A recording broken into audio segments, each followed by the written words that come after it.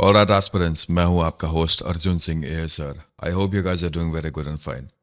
आज मेरा ये वीडियो बनाने का मेन पर्पस ये है कि NTPC RRB NTPC के जोन वाइज कट ऑफ और मैं कुछ चीज़ों के बारे में बात करना चाहता हूं जो आपके NTPC सिलेक्शन के लिए हेल्पफुल रहेंगे।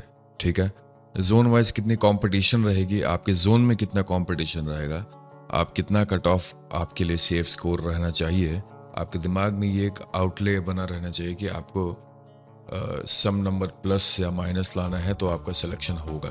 ठीक है, तो आपको उस हिसाब से तैयारी करनी रहेगी, ये बात आप समझिए। पर अगर इसका मतलब ये नहीं है कि मैं आपको बोलूँ कि 80 नंबर अगर कट ऑफ जा रहा है तो आप 80 की ही तैयारी करो। आपको तैयारी अपनी 100% की रखनी है, बट इन केस मैं आपको बस बता रहा हूँ कि 80 या 85 या फिर 75 any margin is very good. ठीक है, तो let's start the video without wasting any more time. इस वीडियो में मैं आपको 3 सेक्शंस बताऊंगा। ठीक है, सबसे पहला रहेगा फॉर्म फिलअप, किस जगह पे कितने फॉर्म भरे गए हैं। ठीक है, उसके बाद रहेगा कंपटीशन पर सीट, एक सीट पे क्या कंपटीशन है। और थर्ड और जब सबकी सबसे मोस्ट इंपॉर्टेंट और क्रूशियल पॉइंट जो मुझे लग रहा है, expected cut off. Cut off जानने के बाद बच्चों के दिमाग में ये बातें आ जाती हैं कि हाँ ठीक है, चलिए कट ऑफ पता चल गया है, अब मुझे इस हिसाब से तैयारी करनी है।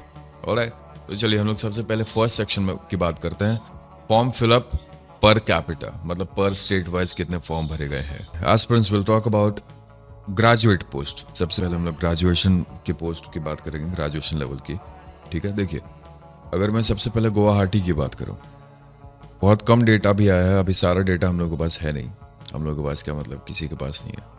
गुवाहाटी में टोटल वैकेंसी थी 516। ठीक है, टोटल वैकेंसी है 516। टोटल फॉर्म फिलअप किए गए हैं इसमें 4,56,807। 56,807। ठीक है, पर सीट अगर आप कंपटीशन देखोगे, देखिए यहाँ पे सब वैकेंसी है 516। ठीक है, गुवाहाटी और अहमदाबाद की वैकेंसी सेम रहेगी 516। ठीक है, पर फॉर्म फिलअप ऑलमोस्ट 50,000 का बस डिफरेंस है गुवाहाटी और अहमदाबाद में। गुवाहाटी में 4,56,807 फॉर्म भरे गए हैं, अहमदाबाद में 4,08,83 फॉर्म भरे गए हैं। 883 4,08,83 फॉर्म भरे गए हैं। ठीक है, दोनों में वैकेंसी 516 ही है। ठीक, पर सीट कंपटीशन अगर आप गुवाहाटी में देखोगे तो वहाँ है 885। एक सीट पे कंपटीशन रहेगी 885। ठीक है, और अगर आप अहमदाबाद की बात करोगे तो अहमदाबाद में आपका पर सीट का कंपटीशन रहेगा 776। कम क्यों है? क्योंकि यहाँ पे फॉर्म 50,000 फॉर्म कम भरे गए हैं। ठीक है, ये बात आप ध्यान दीजिएगा। गुवाहाटी में पर सीट कंपटीशन है 885। तो आपको ये बात डराने वाले भी है और मोटिवेट करने वाले भी है। अगर आपको ये बात चेक करना है कि आपकी अभी क्या कैपेबिलिटी है, तो आप एक मॉक उठाओ, मॉक दे लो, आपको समझ में आ जाएगा कि आप अभी कहाँ पे स्टैंड करते हो। अगर आपके 60 नंबर आ रहे हैं, फाइट मारना चालू कर दो, सिलेक्शन हो जाएगा आपका। ऑलराइट, हाईली डेंसाइल की बात करता हूँ, सबसे ज़्यादा नहीं, सेकंड बोल लीजिए, भुवनेश्वर की मैं बात करता हूँ। भुवनेश्वर, इसमें कितने फॉर्म भरे गए हैं मैं आपको बताता हूँ। देखिए टोटल वैकेंसी इसमें बस 758 है। ठीक है, 758 वैकेंसी है इसमें टोटल। ठीक, टोटल फॉर्म फिलअप किए गए हैं इसमें 9,57,614, 9,57,614। ठीक है, पर सीट कंपटीशन क्या हो गया यहाँ पे, 1263। पर सीट का कंपटीशन कैसे निकलेगा, इसको इससे डिवाइड करते जो निकल जाएगा। ठीक है, 1263 है पर सीट कंपटीशन। आपको अगर एक स्टेशन मास्टर की यहाँ पे सीट चाहिए ना, तो आपको 1200 लोगों को कॉम्पीट करना होगा, 1200 लोगों को पीछे खींचना होगा, तब जाके आपका सिलेक्शन होगा भुवनेश्वर जोन में। ठीक है, अगर मैं यही बात कोलकाता की करता हूँ, कोलकाता में सबसे ज़्यादा नंबर ऑफ एप्लीकेंट्स अभी भरे गए हैं अभी तक के डेटा के हिसाब से। ठीक है, जितने भी कोलकाता में अभी लोग थे, कोलकाता में सबसे ज़्यादा अभी तक भरे गए हैं 10,27,983। कोलकाता की मैं बात करूँ, कोलकाता में वैकेंसीज भी ज़्यादा थी ना, तो लोग वहाँ ज़्यादा फॉर्म फिलअप किए, उन्हें लगा कि सिलेक्शन आसान होगा। पर आप ये भी तो समझो कि वहाँ पे कंपटीशन भी मुश्किल होगा। 1,382 वैकेंसीज हैं यहाँ पे, टोटल फॉर्म भरे गए हैं 10,27,983। 983। ठीक है, पर सीट कंपटीशन यहाँ पर कम है। किससे? भुवनेश्वर से 743। ठीक है, यहाँ 743 ही है। और आपको ये बात समझनी होगी, जितने दिग्गज से दिग्गज लोग बैठेंगे वो कोलकाता में ही बैठेंगे, क्योंकि उनको ये बात पता था कि यहाँ वैकेंसी ज़्यादा है। ठीक है, तो competition of course, form fill up तो रहेगा यार, पर यहाँ का कट ऑफ हाई जाएगा, ये बात आप याद रखिएगा। मार्जिन अगर कट ऑफ हाई है तो इससे मतलब नहीं है कि आप कितना अच्छा स्कोर कर दो। अगर कट ऑफ ज़्यादा हाई है, ठीक है, वहाँ पे मार्जिन का खेल है। एक नंबर पे यहाँ पे 1,000 रैंक पीछे चली जाएगी। 1,000 कम ही बोल रहा हूँ मैं। ठीक है, तो इस हिसाब से हम लोग को काम करना है। टोटल अगर मैं वैकेंसीज की बात करूँ, अभी तक हम लोग के पास 3,172 वैकेंसी का ही डेटा आया है। ठीक है, इसके बाद और अभी 3,172 वैकेंसी पे फॉर्म कितना फिलअप किया गया है देख लीजिए, 28,43,287। टोटल इतने फॉर्म फिलअप किए गए हैं इतने से वैकेंसी पे, 3,172 वैकेंसी पे 28,43,287 फॉर्म फिलअप किए गए हैं। समझ जाओ, ये बात है।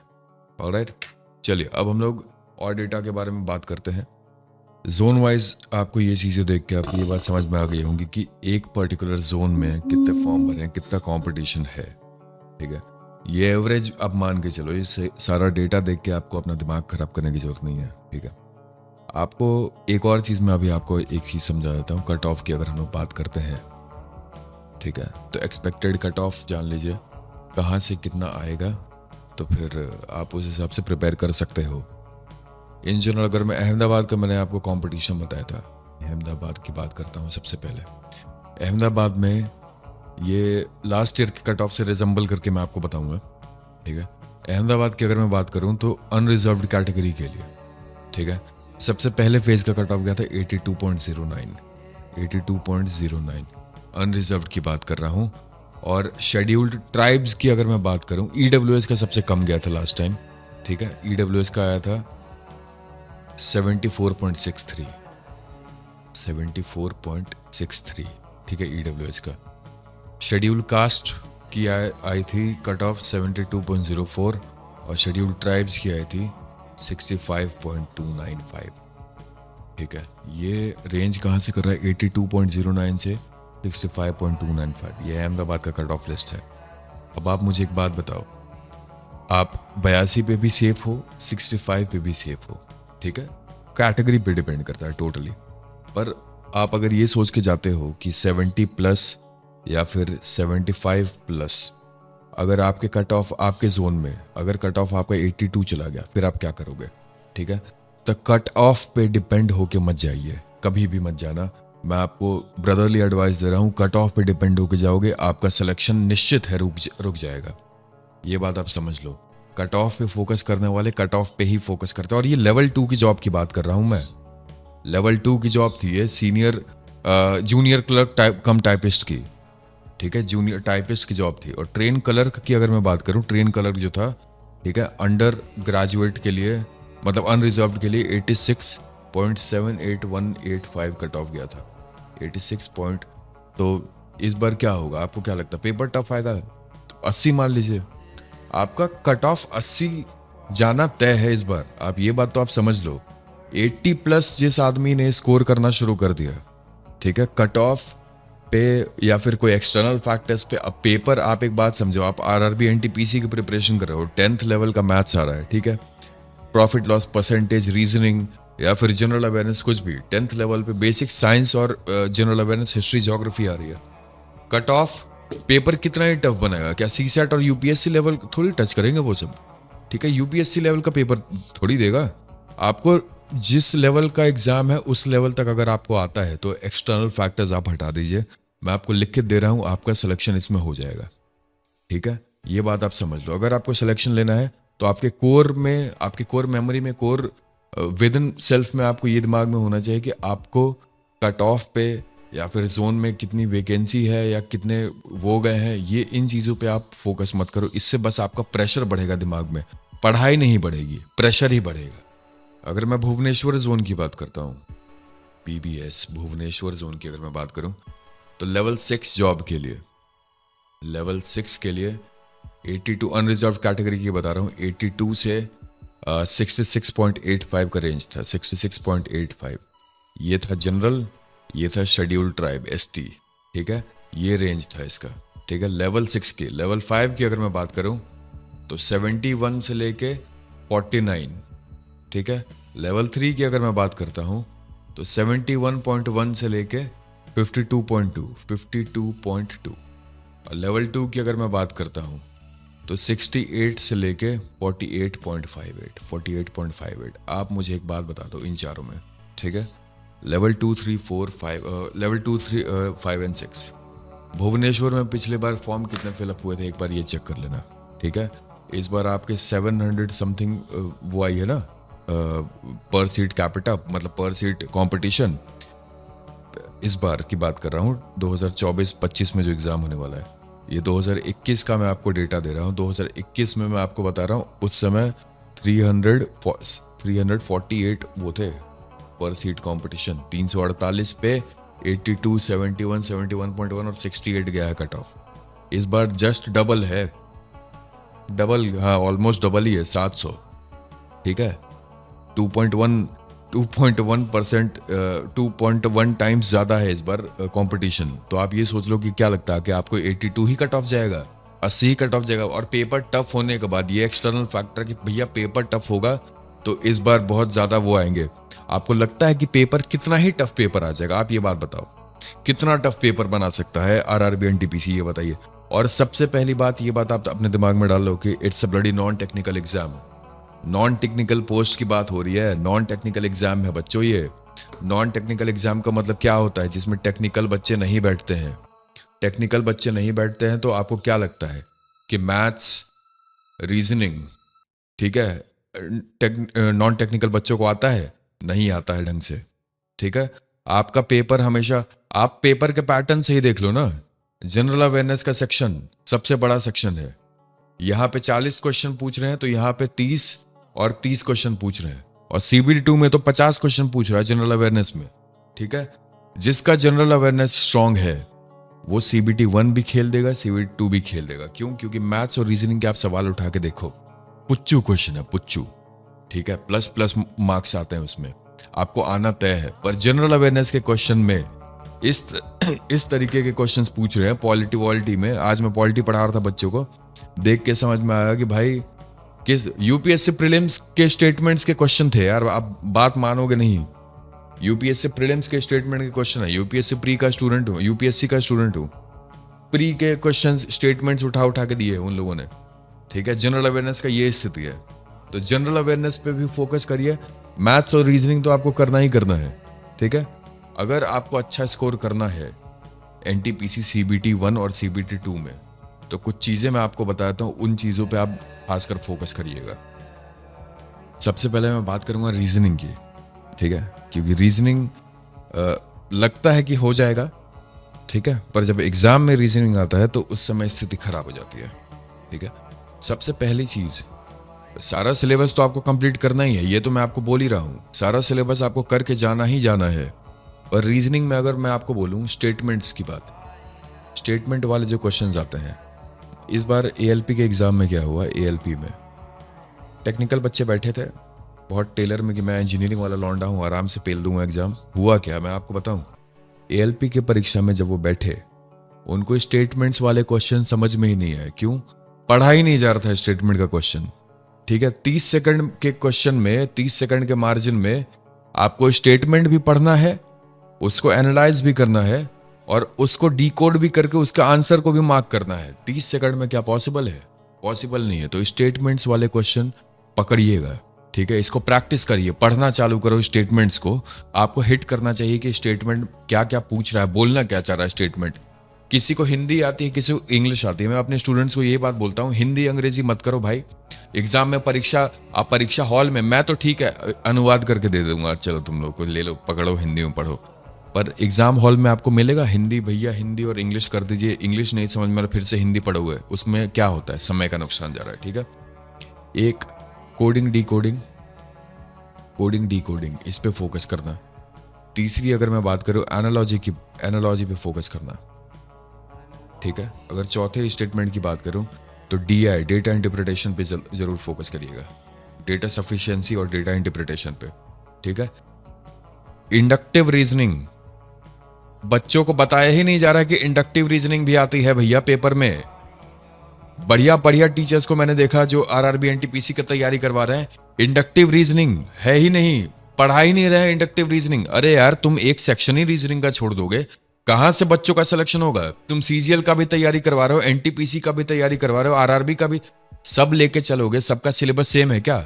सबका अप्रोच अलग अलग है ना। इंडक्टिव रीजनिंग बच्चों पढ़ना चालू कर दो, 4 से 5 क्वेश्चन आते हैं इंडक्टिव रीजनिंग के, 5 क्वेश्चन छोड़ दोगे तो एग्जाम सेंटर ही छोड़ देना, ठीक है। 6th और सबसे मोस्ट इंपॉर्टेंट अगर मैं आपसे बात करता हूं तो आप ये बात जरूर रखिएगा कि देखिए सीरीज के क्वेश्चन बहुत आते हैं। अल्फा न्यूमेरिक सीरीज बोल लीजिए, न्यूमेरिक सीरीज बोल लीजिए, अल्फाबेटिकल सीरीज बोल लीजिए और दोनों मिक्स करके भी बोल लीजिए, ठीक है। ये 6 टॉपिक्स आपको रीजनिंग में ऐसे करके जाना है कि आप सवाल देखो, आपसे सवाल बन जाने चाहिए, ठीक है। बहुत सिंपल से सवाल आते हैं इसमें, आपको समय देना होगा, बिना समय दिए तो लड़की भी नहीं सेट होती आपसे, ठीक है। बिना समय दिए आप किसी महिला को पसंद करते हो, आप उनको समय नहीं दोगे, वो भी आपसे बातें नहीं करेंगी, तो ये तो पढ़ाई है, ठीक है। बच्चों अगर मैं मैथ्स की बात करूं, मैथ्स डर लगता है लोगों को, कोई बात नहीं। अगर मैं अलजेब्रा की बात करूं तो अलजेब्रा से क्वेश्चन डेड श्योर है, ठीक है। आते ही आते हैं क्वेश्चन, और क्या पैटर्न रहता है जनरली ऐसे क्वेश्चन पूछते हैं, x+1/x की वैल्यू इतनी है तो x का पावर 5 + 1/x का पावर 5 का वैल्यू क्या होगा, ठीक है। इस टाइप के छोटे छोटे क्वेश्चंस आते हैं। मैथ में आपको बोल रहा हूँ, PYQs उठा के देखो, आपको समझ में आ जाएगा, ठीक है। आपको फोकस किस पे करना है? ज्योमेट्री पे। एडवांस मैथमेटिक्स का सेक्शन आपके लिए बहुत इंपॉर्टेंट रहेगा, क्योंकि एडवांस मैथमेटिक्स में गलत होने के चांसेस कम रहते हैं। ज्योमेट्री में आपको फोकस करना है।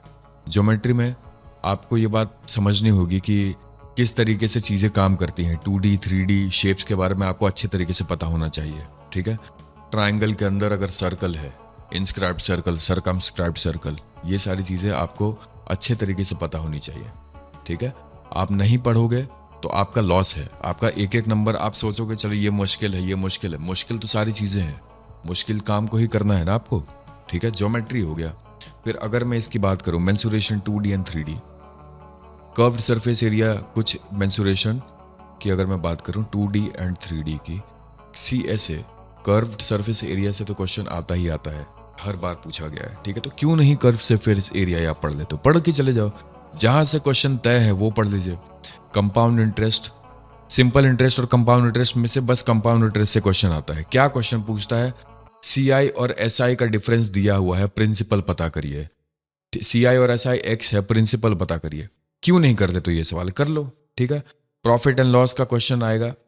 प्रॉफिट एंड लॉस में क्या पूछता है जनरली क्वेश्चन में? मेजॉरिटी ऑफ समय आप यही देखोगे कि पार्टनरशिप का क्वेश्चन पूछ रहा है, ठीक है, या फिर सक्सेसिव का पूछ रहा है, सक्सेसिव का क्वेश्चन पूछ रहा है।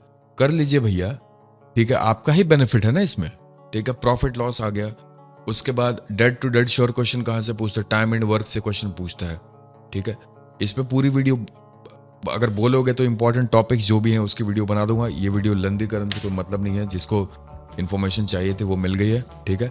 जनरल अवेयरनेस में आपको ये बात, जनरल अवेयरनेस में मैं खुद ही पढ़ाता हूँ, आपको पता ही है कि कैसे क्या अप्रोच है जनरल अवेयरनेस का बच्चों, ठीक है।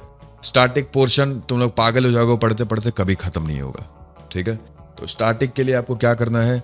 वो क्वेश्चंस पढ़िए जो फेवरेट टॉपिक्स आते हैं। फेवरेट टॉपिक्स की वीडियो ऑलरेडी मैंने बना रखी है, ठीक है। फेवरेट टॉपिक्स आते हैं। फेवरेट टॉपिक्स क्या आते हैं? मॉडर्न हिस्ट्री में रिवॉल्ट आता है, गांधी एरा आता है, पोस्ट गांधी एरा आता है, ठीक है। एंशिएंट हिस्ट्री में आपका आता है, IBC से क्वेश्चन आता है, Indus valley civilisation, Harappa civilisation जिसे हम लोग बोलते हैं, ठीक है। अगर मैं बात करता हूं आपसे, सबसे इंपॉर्टेंट चीज़ है करंट अफेयर्स की, CA की करंट अफेयर्स। करंट अफेयर्स में बहुत सिंपल सी चीज़ है। आपको मैं हमेशा ये बात बोलता हूं कि जो भी आप पढ़ रहे हो, जो भी आसपास आपको देख रहे हो, आपको लग रहा है कि इंपॉर्टेंट है, आप नोट डाउन कर लो। 10 सेकंड आपको लगेगा, 20 सेकंड लगेगा, 30 सेकंड, 1 मिनट लगता है नोट डाउन करने में, ठीक है।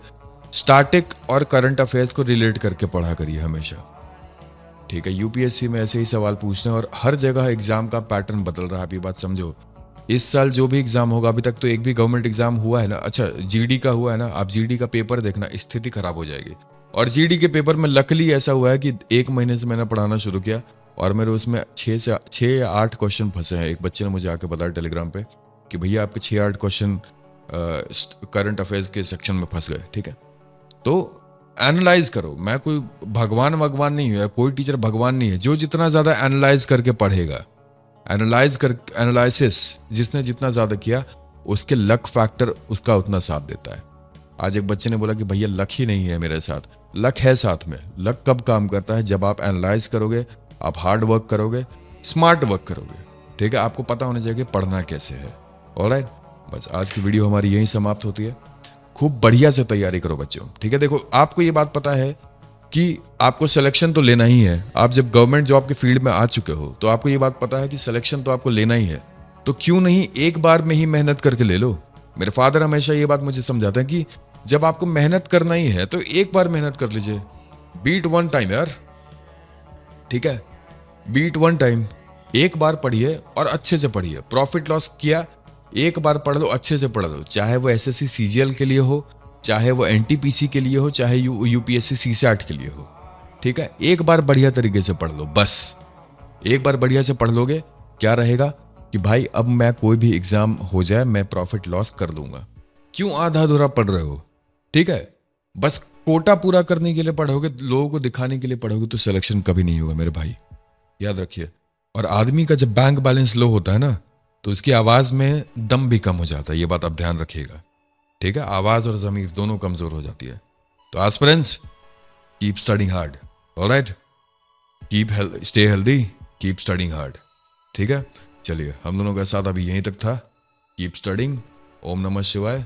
Arjun Singh signing off.